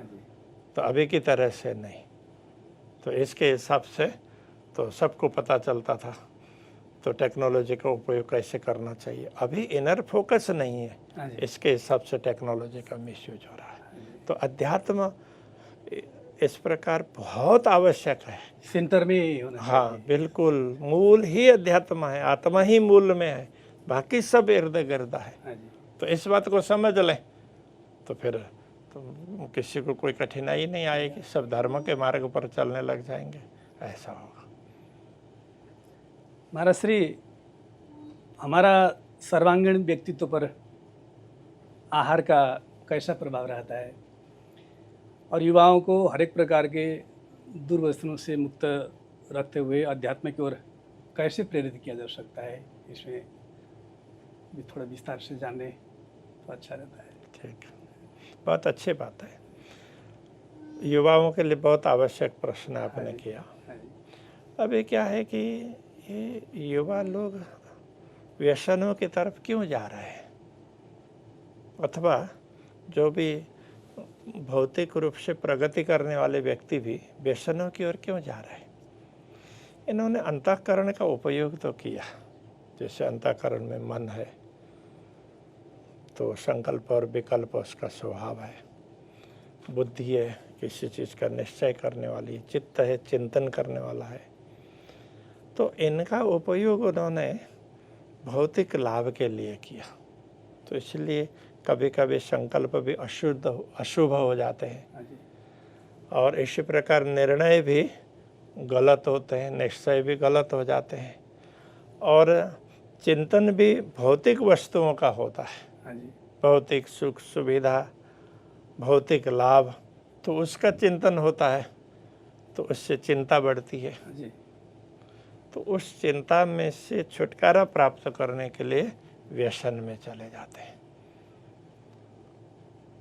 इस संदर्भ में पहले क्या कहते थे, देखो पहले भी व्यसन की बात कही है, लेकिन उसको व्यसन कैसा मानते थे। देखो कि जब कभी भी तुम्हारा मन विचलित हो जाए, तुम किसी अच्छे शास्त्र का अध्ययन करो, उसका मनन करो, पढ़ो, किसी अच्छे ज्ञानी गुरु के पास में जा कर के तो अपने शंकाओं का समाधान करो। कोई भी नहीं है तो शांत होकर के आंख बंद करके चिंतन करो, आत्मा का चिंतन करो, परमात्मा का चिंतन करो। तो इस प्रकार समझाया जाता था। तो इससे क्या था कि इसको वो व्यसन मानते थे। तो जिसको जो ये अच्छा लगने लग जाए उसको आनंद आने लगता, तो जब अच्छा लगने लग जाए तो छोड़ेगा ही नहीं ना। जी। तो वो व्यसन ही तो हुआ। तो इसको शास्त्रों में व्यासंग कहा है। तो व्यसन अभी जो बोलते हैं ना, तो वो मूल रूप से व्यासंग है। अच्छा। तो इसके तरफ लगते हैं तो मन विचलित भी नहीं होगा। कभी विचलित हुआ तो हम सही रास्ते पर चले गए। और अभी मन विचलित होता है तो अब क्या करना क्या नहीं करना पता नहीं है। हाँ जी। तो इसलिए वो मन इधर उधर भटके नहीं, दिमाग इधर उधर भटके नहीं, शांत रहे, उसके लिए कुछ न कुछ मादक द्रव्य का सेवन करने लग जाते हैं। तो उनको लगता है कि हाँ थोड़ी देर के लिए तो अच्छा लगा, आनंद आया, कि मन विचलित नहीं हुआ ना। तो पहले के समय में मन को शांत करने के लिए या तो शास्त्र का अध्ययन करवाते, या गुरुजनों से कुछ अच्छी बातें सुनवाते, या चिंतन करवाते। हाँ जी। तो अभी ये चीज़ नहीं है, इसलिए दूसरे मादक द्रव्यों की तरफ चले गए। अलग अलग प्रकार के ड्रग्स से लेकर के दुनिया भर की वस्तुएं हैं। तो इससे सबको चाहिए तो आनंद। हाँ जी। तो इसके लिए अब आनंद कब प्राप्त होगा? तो अंतःकरण की वृत्ति शांत होगी तब आनंद का अनुभव होगा। तो उसके लिए अब ये इनके पास में दूसरा कोई ज्ञान नहीं है, दूसरे कोई साधन दिखते नहीं, इसलिए व्यसनों में चले जाते हैं। हाँ जी। यदि इनको अध्यात्म का पता चल जाए तो उनको तो ये ज़्यादा मादक लगेगा, इनको इसमें ज़्यादा अच्छा लगने लग जाएगा। अरे कितनी अच्छी बातें हैं। तो थोड़ी देर बैठ कर के चिंतन किया तो पूरे 24 घंटा शरीर भी चार्ज हो जाता है, सेल्स सारे चार्ज हो जाते हैं। अब थोड़ी देर प्राणायाम करेंगे तो शरीर में एक प्रकार से स्फूर्ति आ जाती है। थोड़ी देर आसन करेंगे तो मसल्स है वो रिलैक्स होने लग जाते हैं, जहाँ भी स्टिफनेस है तो वो रिलैक्स होने लग जाते हैं, तो अच्छा लगने लग जाता है। तो ये तो एक छोटी छोटी विधाएं हैं ना। तो इसी प्रकार से चिंतन करने लग जाते हैं तो उनको बड़ा आनंद आता है। तो ये आनंद सबको चाहिए, सबको आनंद का अनुभव करना है। लेकिन जिनको पता नहीं है तो ये इस गलत रास्ते पर जाते हैं, और जिनको पता है वो सही रास्ते पर जाते हैं। तो वो आनंदित, स्वयं भी आनंदित रहते हैं, दूसरों को भी आनंदित कर सकते हैं। और जिनको पता नहीं है तो वो गलत रास्ते पर जाते हैं, तो स्वयं भी दुखी रहते हैं और दूसरों को भी दुखी करते हैं। तो इसलिए अध्यात्म इतना महत्वपूर्ण है कि जिसको शांति की बात करते हैं अथवा शांति चाहिए पूरी दुनिया में, तो आत्मचिंतन करने लग जाए तो सबको शांति का अनुभव होने लग जाएगा। महाराज श्री, हमारा जीवन शैली कैसा हो जिससे परमात्मा की कृपा, जो हम कहते भी हैं धामधनी की अपार कृपा हमारे जीवन पर बरस रही है, तो हमारा जीवन शैली कैसा होना चाहिए कि हम कृपा की अनुभूति करें? बड़ा अच्छा प्रश्न है। वैसे तो देखिए, पूर्ण ब्रह्म परमात्मा की अपार कृपा है, तभी आज हमें कोई ना कोई अच्छा वातावरण मिला, अच्छा परिवार मिला, अच्छे संस्कार मिले, अच्छा ज्ञान मिला। तो ये सब कृपा ही है। यदि इसके महत्व को हम समझने लग जाएंगे तो कृपा का अनुभव करने लग जाते हैं। तो इसको नहीं समझते हैं तो फिर कृपा का अनुभव नहीं होता है। इसलिए कई लोगों को ज्ञान प्राप्त होता है तो फिर दूसरों के साथ में लड़ने झगड़ने में, दूसरों को नीचा दिखाने में लगते हैं। तो वो एक मूर्खता होती है। मूर्खता का तात्पर्य अज्ञानता ही है। तो थोड़ा सा कुछ भी मिला तो कलेक्टिव नॉलेज मिला, इन्फॉर्मेशन मिला, तो उसी से उसको अहंकार हो गया। तो इसी प्रकार किसी ने कुछ पढ़ लिया तो कई ऐसे प्रसंग उसको ख्याल आ गए, तो वो भी दूसरों को कष्ट पहुंचाने के लिए करता है। तो किसी के पास में शारीरिक क्षमता आ गई, तो शरीर में शक्ति आ गई, तो वो भी दूसरों को पीड़ा के लिए करता है। किसी ने धन कमाया तो दूसरों को कष्ट पहुंचाने के लिए करता है उसका उपयोग। तो उसी में जो सज्जन व्यक्ति होता है, ज्ञानी होता है, तो सोचता है ज्ञान है तो लोगों के कल्याण के लिए। तो उसने कुछ विद्या प्राप्त की है तो विवाद के लिए नहीं, संवाद के लिए, तो ये ज्ञान बढ़ाने के लिए। तो धन प्राप्त हुआ तो लोक कल्याण के लिए। शरीर में क्षमता है तो मैं किसी की भलाई करूं, किसी की सेवा करूं, तो ऐसा वो सोचने लग जाता है। तो क्या है, ये सदुपयोग मानते हैं। तो सदुपयोग करने लग जाते हैं तो कृपा का अनुभव होता है तो सब कृपा से ही। जो भी अच्छाई है उसमें पूर्ण ब्रह्म परमात्मा की अपार कृपा, गुरुजनों के आशीर्वाद वही काम करते होते हैं। उस बात को हम नहीं समझते हैं, तो मैंने ये कर लिया, मैंने ये जान लिया, मैंने ये कर लिया, ये तो मेरा है, इसमें तो परमात्मा कहाँ से आ गए, तो उससे फिर वो अनर्थ होने लग जाता है। तो कृपा का अनुभव करने के लिए विनम्रता, परमात्मा के प्रति समर्पण, इसकी आवश्यकता होती है। तो चिंतन करें, आत्मचिंतन करें, परमात्मा का चिंतन करें, तो कृपा का अनुभव होगा। तो बाकी देखिए, तो श्वास आ रहे हैं जा रहे हैं तो भी परमात्मा की कृपा है। व्यक्ति सो जाता है फिर सुबह समय पर जाग जाता है, तो ये भी परमात्मा की कृपा है। हर कोई भी वस्तु, साधन, सामग्रियाँ उपलब्ध है, उसका यदि वो सदुपयोग करता है तो कृपा से ही है, सदुपयोग करे। किंतु जिसको कृपा का अनुभव नहीं होता है तो वो हर चीज़ का दुरुपयोग करता है। तो कृपा का अनुभव करने लग जाएंगे तो हर वस्तु का सदुपयोग करने लग जाएंगे, क्योंकि ये ज्ञान भी परमात्मा का है, धन भी परमात्मा का दिया हुआ है, हर कोई वस्तु परमात्मा की दी हुई है, तो इसका मैं सदुपयोग करूं। जैसे वो पृथ्वी में एक बीज डालते हैं तो पृथ्वी देना चाहती है, लेना नहीं चाहती है। तो पृथ्वी देगी, उसको अंकुरित करेगी और उसके सैकड़ों बीज दे देगी, और उन सैकड़ों बीज से फिर तो हजारों बीज तैयार होंगे। तो हर चीज़ देने के लिए, वृक्ष भी देने के लिए, नदी भी देने के लिए, हर कोई वस्तु जो भी प्रकृति में रचनाएं हैं सब दूसरों के देने के लिए। देने का तात्पर्य दूसरों के कल्याण के लिए। तो यदि हम भी ये सोचते हैं तो हम क्या दे सकते हैं दूसरों को, तो वो कब वो सोचेंगे तो कितना अच्छा होगा। तो वो कब सोचेंगे, तो जब ये सारी कृपा है, तो परमात्मा की कृपा है, उन्होंने हमें ये दिया है, तो मुझे किसी के लिए अच्छा करना चाहिए, किसी का उपकार करना चाहिए।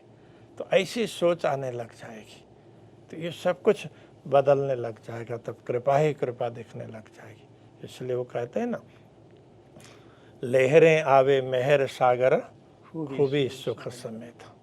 तो उसकी विशेषता क्या है, उसकी खूबी तो परम सुख। तो कृपा ही आ रही है, सब कृपा है। कोई भी व्यक्ति रोज ही सुबह उठ करके ध्यान चिंतन करें और ये सोचे कि ये तो बड़ी कृपा है, बड़ी कृपा है, बड़ी कृपा है, सोचेंगे तो जीवन में आनंदित हो जाएगा। तो कोई भी परिस्थिति आ जाती है तो दुख कष्ट आ गए तो ठीक है, ये किसी जन्म के कर्म है, तो इसको ये तो अभी आ गए हैं तो इसको अभी भोगेंगे, तो दूसरा जन्म लेना नहीं पड़ेगा, ये भी तो कृपा ही है। तो ऐसा सोचने लग जाएंगे। तो इसीलिए तो प्राणनाथ जी कहते हैं दुख तो मेरो आहार है और न को दुख खाए। तो ये दुख कष्ट है, ये हमें तो और ज़्यादा पुष्ट करते हैं कि चलो कि इसी जन्म में ये सारे समाप्त हो जाएंगे, अब दूसरे जन्म की आवश्यकता ही नहीं है। तो इनसे हमें ज्ञान प्राप्त करके और ज़्यादा अच्छा कार्य करना है। तो इस तरह की सोच ये अध्यात्म बना देती है। तो इसलिए कृपा का अनुभव हमेशा करना चाहिए। महाराज श्री, आज की परिस्थिति बहुत ही विषम दिखाई देती है। इस विषम परिस्थिति जहाँ चारों ओर अशांति व्याप्त है, ऐसे में श्री कृष्ण प्रणामी धर्म निजानंद संप्रदाय के संस्थापक सदगुरु श्री देवचंद्र जी महाराज एवं संवर्धक तथा द्वितीय आचार्य महामती श्री प्राणनाथ जी के जो वैश्विक सिद्धांत एवं मान्यताएं हैं, ये दुनिया को फिर से शांत, स्वस्थ और समृद्ध बनाने के लिए किस प्रकार का योगदान प्रदान कर सकते हैं, ये जानने की इच्छा है। बहुत अच्छी बात है। आज परिस्थिति है वो तो विषम है ही। ये समय समय का परिवर्तन भी होता है। अभी प्रकृति ही काफ़ी कुछ परिवर्तन ला रही है, तो उसी प्रकार से लोगों की बुद्धि भी बन रही है। तो पूरे दुनिया में बड़ा परिवर्तन लाने के लिए, इसलिए चारों ओर अशांति, लड़ाई झगड़े ये सब है। तो ऐसे में तो हमारा जो अध्यात्म है, सदगुरु श्री देवचंद्र जी महाराज, महामती श्री प्राणनाथ जी, उन्होंने जो ज्ञान दिया तो पूर्ण ब्रह्म परमात्मा का दिया हुआ ज्ञान है। उसको हम तारतम्य ज्ञान बोलते हैं। तारतम्य ज्ञान मूल तारतम्य शब्द से है। तारतम्य शब्द मूल तारतम्य से है।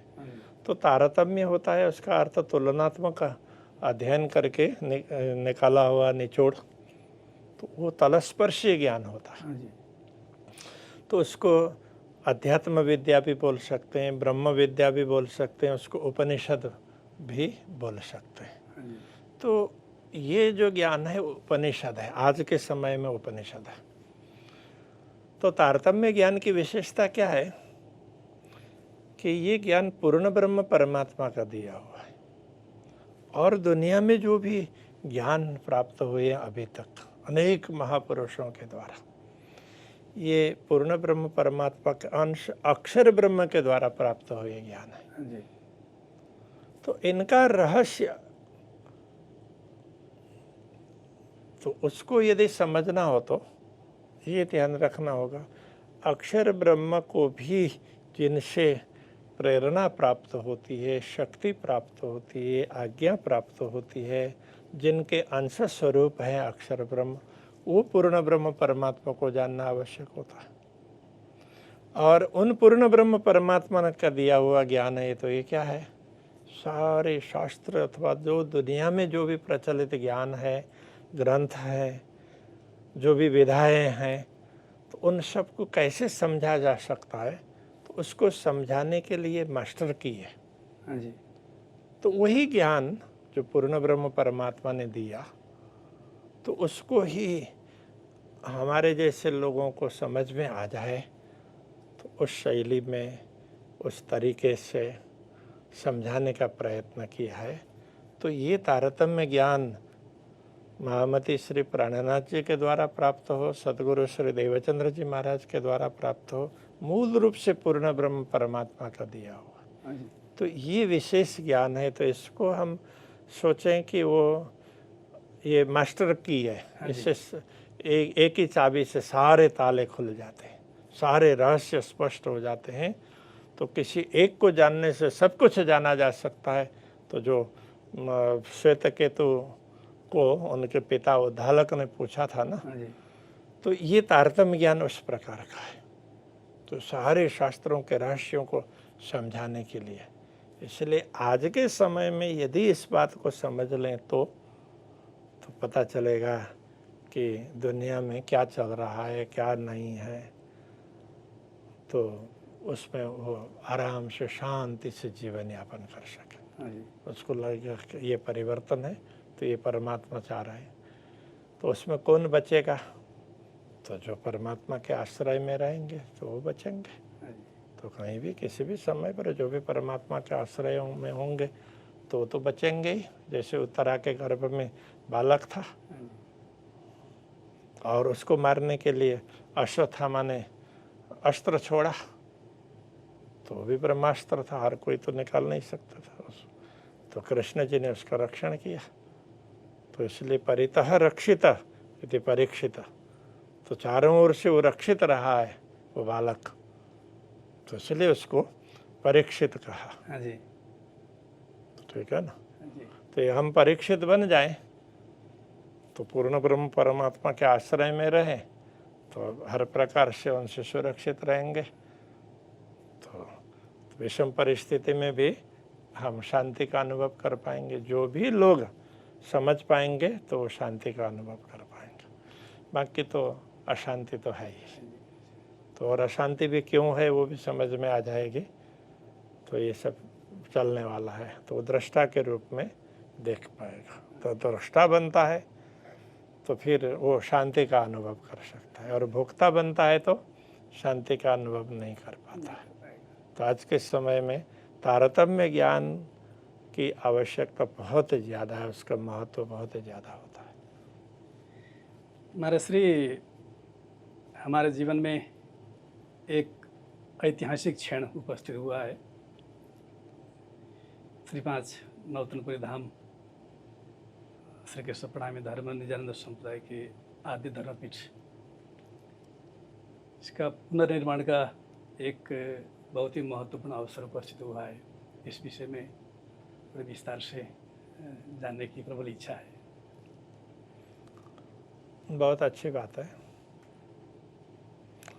श्री 5 नौतनपुरी धाम की स्थापना आज से 400 वर्ष पूर्व विक्रम संवत 1687 कार्तिकी पूर्णिमा के दिन पूर्ण ब्रह्म परमात्मा अनादि अक्षरातीत श्री कृष्ण जी धामधनी श्री राजा जी की आज्ञा, प्रेरणा, मार्गदर्शन, उसके आधार पर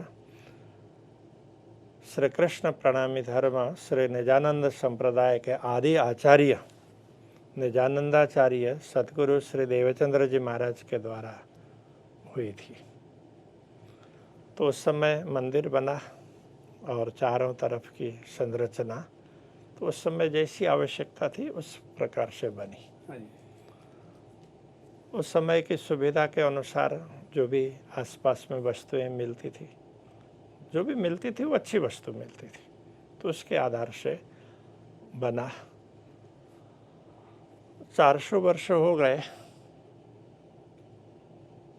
तो उन वस्तुओं की आयु पूरी हो गई, हाँ जी, तो ये सब जीर्ण शीर्ण हो गया। तो पूर्ण ब्रह्म परमात्मा भी उसको नए तरीके से बना रहे हैं, नए रूप में तैयार कर रहे हैं। पहले भी वही करवा रहे थे, आज भी वही करवा रहे हैं। हाँ जी, तो उस समय सदगुरु श्री देवचंद्र जी महाराज निमित्त बने और उन्होंने जो भी सुंदर साथ को जोड़ा, जो सुंदर साथ उस समय थे, गांगजी भाई मुख्य रूप में थे और दूसरे लोग भी थे। तो उन सब ने तो पूर्ण ब्रह्म परमात्मा की आज्ञाएं मान करके, तो पूर्ण ब्रह्म परमात्मा का पहला विश्राम स्थल धाम ये नौतनपुरी धाम है। तो उसके निर्माण में पूरा जो कुछ भी उनके पास था वो समर्पित किया। तो उस प्रकार से ये निर्माण होकर के तैयार हुआ।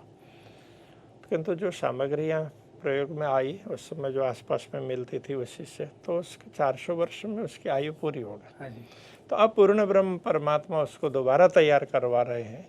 तो अभी ऐसी सामग्रियों का उपयोग करवा रहे हैं। आज के समय में सुविधा है तो दूर से भी ला सकते हैं, तो ज़्यादा टिकाऊ वस्तुओं का उपयोग करवा रहा है। हाँ जी, तो जो भी अभी यहाँ पर पाषाण पत्थर का उपयोग हो रहा है जो मंदिरों में होता है, अभी भगवान राम का मंदिर जन्म स्थान पर हुआ अयोध्या में, तो उसमें जो पत्थर का प्रयोग किया है उसी प्रकार के पत्थर का उपयोग यहाँ भी होगा। तो उस प्रकार का मंदिर तैयार हो रहा है। हाँ जी, और उसमें पत्थरों को ज्वाइन करने के लिए तो किसी केमिकल का उपयोग नहीं कर रहा है। हाँ जी, तो उसको क्लिपिंग करते हैं तो बस घड़ करके उसको मेल फीमेल करते हैं, तो फिर भी उसको बढ़िया बनाने के लिए क्लिपिंग करते हैं। हाँ जी। वो तांबे की पट्टी, मोटी पट्टी, तो उसको तो वहाँ कट करके गोल करके उसके अंदर डाल देते हैं और उसमें दबा देते हैं। तो इसके हिसाब से वो ज्वाइन के लिए वो क्लिपिंग है। तो ये तांबा मेटल धातु इसलिए लगाया है कि इसमें जंग कम लगता है, स्टेन इसमें कम आता है, नहीं बत्ती होता है। हाँ जी। इसलिए वो पत्थर को खराब नहीं करेगा। अच्छा। तो ये मंदिरों की परंपरा में इस प्रकार से। और बाकी ज्वाइन करते हैं तो जहाँ कहीं भी घड़ाई में थोड़ा बहुत भी कहीं जगह रह गई हो और उसमें हवा न रह जाए तो उसको भरने मात्र के लिए तो वो कुछ पदार्थ उसमें लगाते हैं। तो उसका काम उतना ही है, तो वो खाली जगह भरना है और हवा निकाल देना है, तो ठोस को ठोस बने रहने देना। तो इस प्रकार से ये अभी मंदिर तैयार हो रहा है। तो ये जो भी सामग्री प्रयोग में आ रही है इस समय, तो ये हजारों सालों के लिए तब तक टिके इस प्रकार की सामग्री है। बाकी तो पूर्ण ब्रह्म परमात्मा को ख्याल है कब तक वो टिके, कब तक किस तरह से रहेगा। किंतु जैसा अभी वो बनवा रहे हैं तो ये अच्छा बनवा रहे हैं। मुझे लगता है कि हमें ऐसा समझना चाहिए कि हमारे सामने ये सब कार्य पूर्ण ब्रह्म परमात्मा करवा रहे हैं और जो हमारे गुरुजन सतगुरु श्री देवचंद्र जी महाराज, महामती श्री प्राणनाथ जी, वो भी खड़े होकर के सारा कार्य देख रहे हैं, देखभाल वो कर रहे हैं, ऐसा हमें अनुभव होता है। तो हमें लगता है कि हम लोगों को ये सोचना चाहिए कि ये हमारा परम सौभाग्य है कि पूर्ण ब्रह्म परमात्मा ने इतने बड़े कार्य के लिए, अपने धाम के लिए उन्होंने इस भूतल में सबसे पहले अपना धाम बनाया, तो उसके पुनर्निर्माण के लिए हम लोगों को निमित्त बनाया। तो ये तो हमारा बड़ा सौभाग्य है।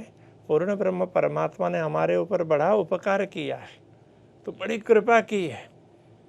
कोई दूसरा व्यक्ति हमारे लिए अच्छा करता है तो हम उसका उपकार मानते हैं।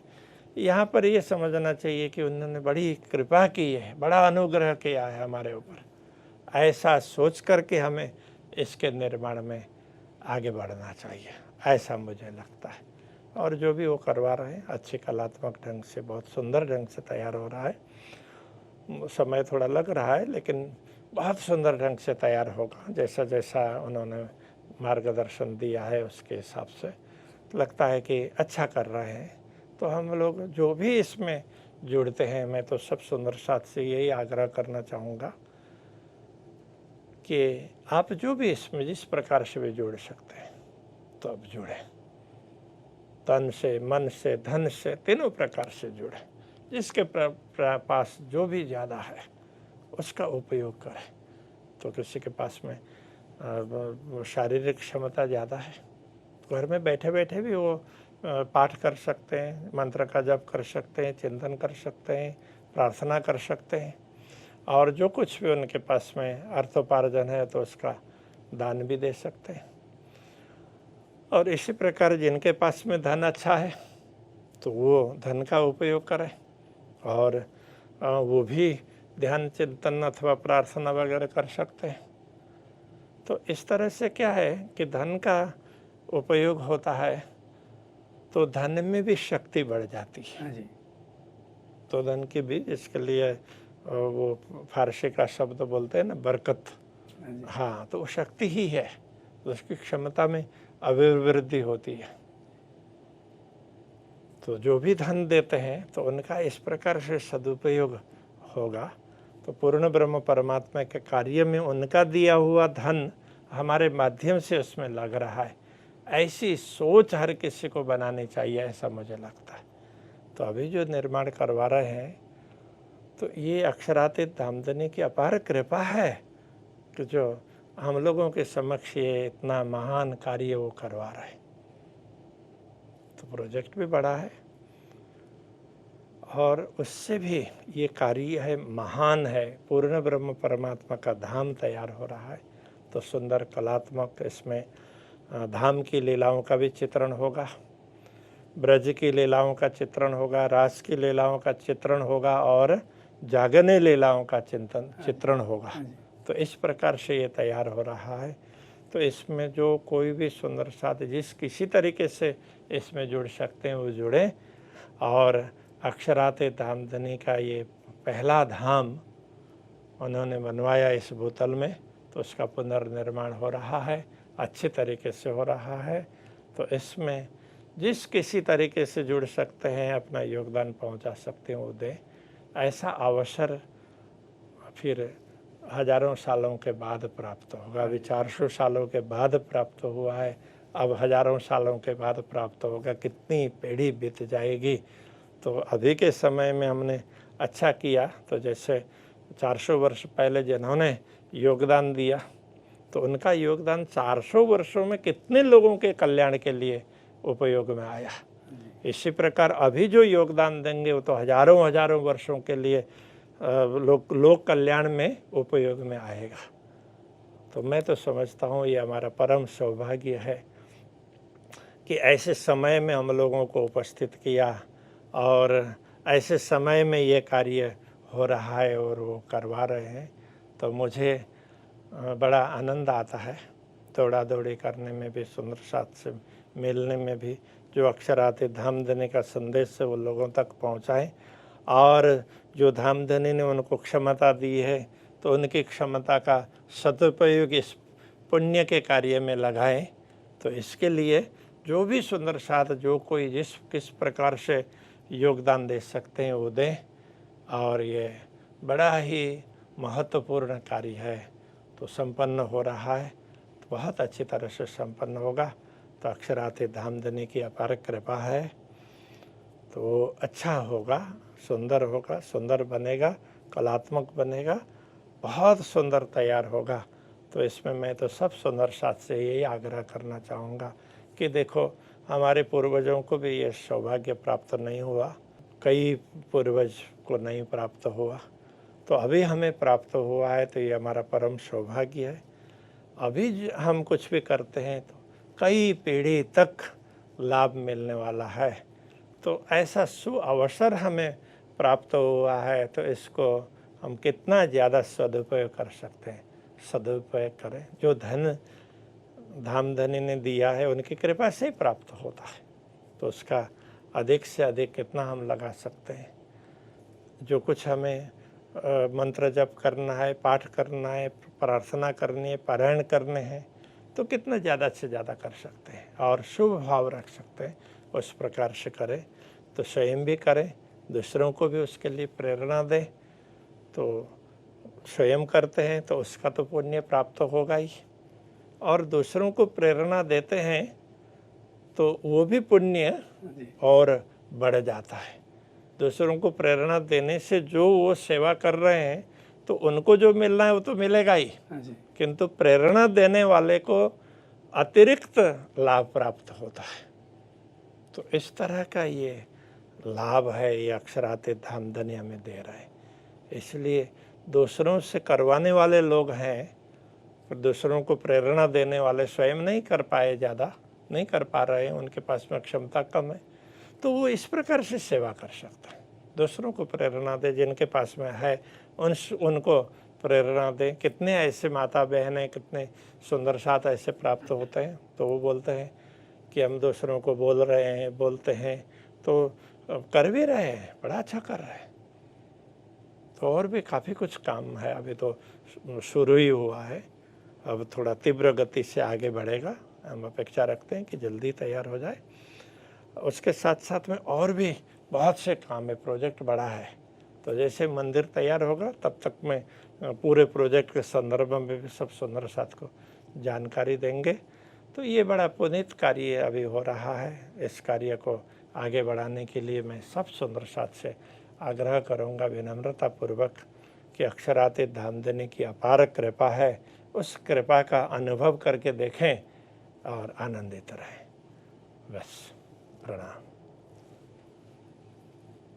प्रिय सुंदर साथ जी, आज के संवाद से यह स्पष्ट हुआ है कि अध्यात्म और भौतिक विज्ञान दो अलग दिशाएं नहीं हैं, बल्कि एक ही सत्य के खोज के दो साधन हैं। पूज्य महाराज श्री ने जो प्रकाश डाला वह हमें ये सोचने के लिए प्रेरित करता है कि आधुनिकता और आध्यात्मिकता एक साथ चल सकती है। विज्ञान हमें बाहर की दुनिया देता है और अध्यात्म हमें अंदर की।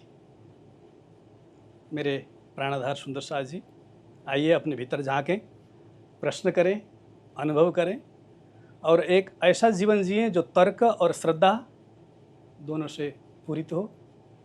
हम फिर मिलेंगे एक नए विषय पर। तब तक के लिए ध्यान रखें, ज्ञान तभी तक सार्थक है जब वह जीवन को सही दिशा दे। सबका प्रेम प्रणाम।